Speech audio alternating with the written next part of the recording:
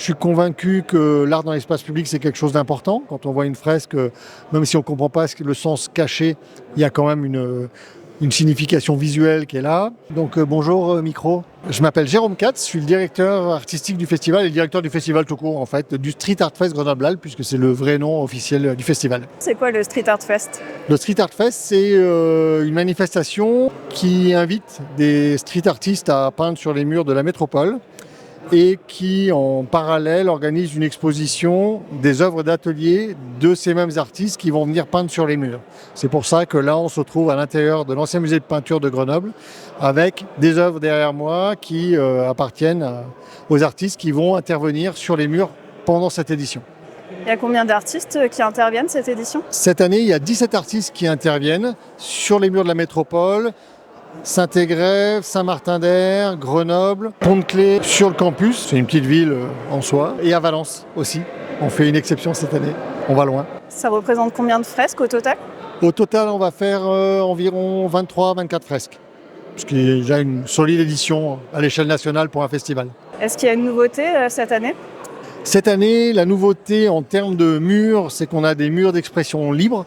Donc on choisit des artistes qu'on invite et on n'a pas besoin de demander une autorisation au propriétaire du mur pour les recevoir. Donc ça, c'est la première fois. Avant, toutes les œuvres qu'on crée sont des œuvres pérennes.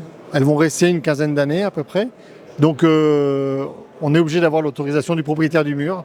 Donc c'est un peu contraignant, mais ça nous permet de constituer un patrimoine qu'aujourd'hui, il y a plus de 400 œuvres sur la métropole de Grenoble, ce qui en fait une des plus grandes métropoles street art à l'échelle mondiale. Donc on n'est pas peu fiers du résultat qu'on a réussi à faire en 12 ans.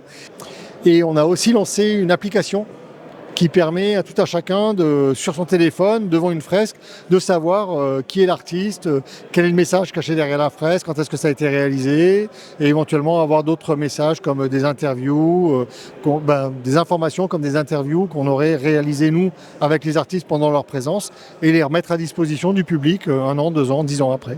Je suis convaincu que l'art dans l'espace public, c'est quelque chose d'important. C'est de l'éducation populaire, puisque c'est un art qui est accessible de prime abord. Quand on voit une fresque, même si on ne comprend pas le sens caché, il y a quand même une signification visuelle qui est là. C'est gratuit, c'est disponible 24 heures sur 24, sans réservation, 7 jours sur 7. Vous pouvez amener qui vous voulez.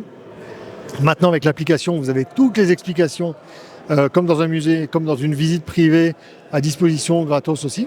C'est quelque chose qui met du baume au cœur, met des sourires sur les lèvres, fait pétiller les yeux des enfants. Donc voilà, plein de choses comme ça qui me paraissent importantes aujourd'hui à partager et à offrir.